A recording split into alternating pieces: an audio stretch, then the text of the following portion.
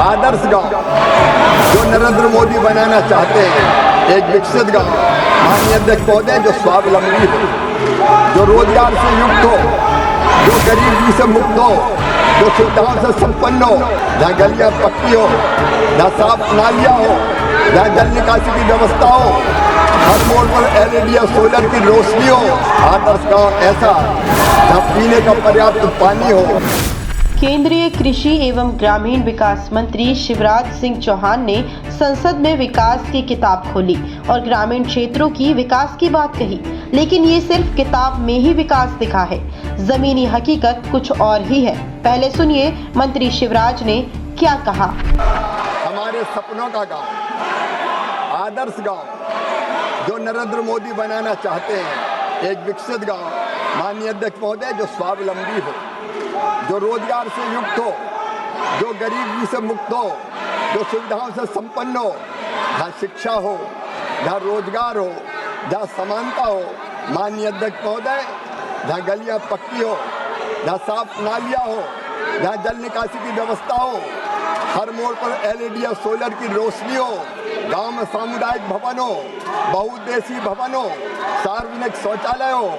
माननीय अध्यक्ष महोदय, आदर्श गांव ऐसा जहाँ पीने का पर्याप्त पानी हो, हर घर नल से जल पहुँचे, हर शुद्धिकरण की जल की इकाई हो, सबके पास रहने का घर हो, चूल्हे के धुएं से मुक्ति हो। तो आप लोगों ने सुन ही लिया होगा कि केंद्रीय कृषि एवं ग्रामीण विकास मंत्री शिवराज सिंह चौहान ने देश के ग्रामीण इलाकों को विकसित करने की बात कही, लेकिन क्या सही में देश के गांव विकसित है? आइए हम आपको अब बताते हैं कि मध्य प्रदेश की राजधानी भोपाल से महज 30 किलोमीटर दूर स्थित गाँव की सच्चाई। गाँव में सड़क का नाम नहीं है, कीचड़ मिट्टी में जाना आना होता है।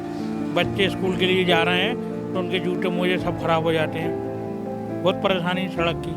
यहाँ पे कोई स्वास्थ्य केंद्र नहीं है, डॉक्टर भी नहीं आते हैं। यहाँ से 8 किलोमीटर दूर जाना पड़ता है इलाज करवाने को। अब सुनिए एक बुजुर्ग महिला की जुबानी, जिसमें वो प्रशासन को आईना दिखा रही है। ना सड़क है, ना अस्पताल है, फिर जो दावे माननीय कृषि मंत्री कर रहे हैं वो कहाँ है? क्योंकि गांव की तस्वीर साफ बयां कर रही है कि कितना विकास हुआ है। एक दो सरपंच बना था, उनने गिट्टी पत्थर पटका दिया था जो जबरदस्ती का।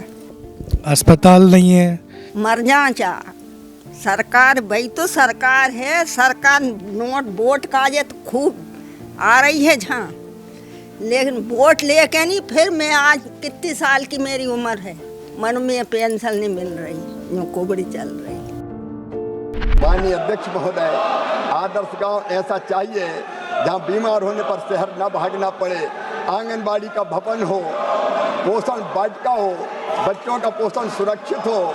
माननीय अध्यक्ष महोदय, जहाँ हर बच्चे को पढ़ने शहर न भागना पड़े, जहाँ डिजिटल क्लासरूम हो, जहाँ पुस्तकालय की व्यवस्था हो, जहाँ कौशल विकास केंद्र हो, जहाँ प्रशिक्षण केंद्र हो, जहाँ कंप्यूटर हो, जहाँ लैब हो, आधुनिक पढ़ाई हो, ताकि कोई गांव का बच्चा प्रतियोगिता में पीछे ना छूटे। मंत्री ने बताया कि गांव के विकास के लिए कई पुरानी योजनाएं बनी, गांव में ही अस्पताल हो और गांव के बच्चों को पढ़ने के लिए शहर ना जाना पड़े। लेकिन हम आपको तस्वीर बताते हैं गांव के स्कूल की।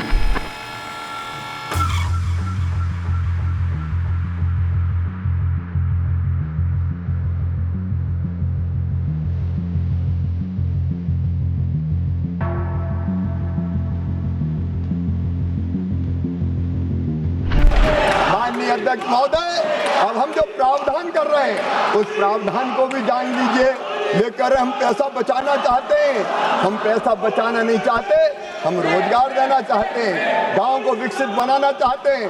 इसलिए इसी साल बजट में प्रस्तावित है 1,51,282 करोड़ रुपया। और ये रुपया कहाँ जाएगा? ये मजदूरों को मजदूरी के लिए भी जाएगा, ये गांव के विकास के लिए भी जाएगा।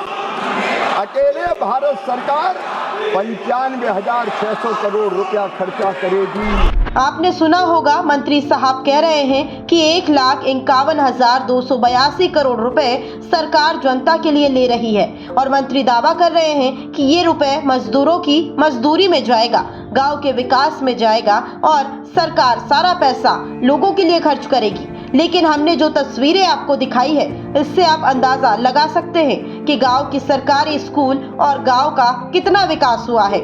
ऐसे तो हमेशा सरकार जनता की समस्या के समाधान के लिए लोन लेती आ रही है, लेकिन आखिर समस्या का समाधान क्यों नहीं हो पा रहा? आज भी ग्रामीण क्षेत्र मूलभूत सुविधा के लिए वंचित है, आखिर क्यों?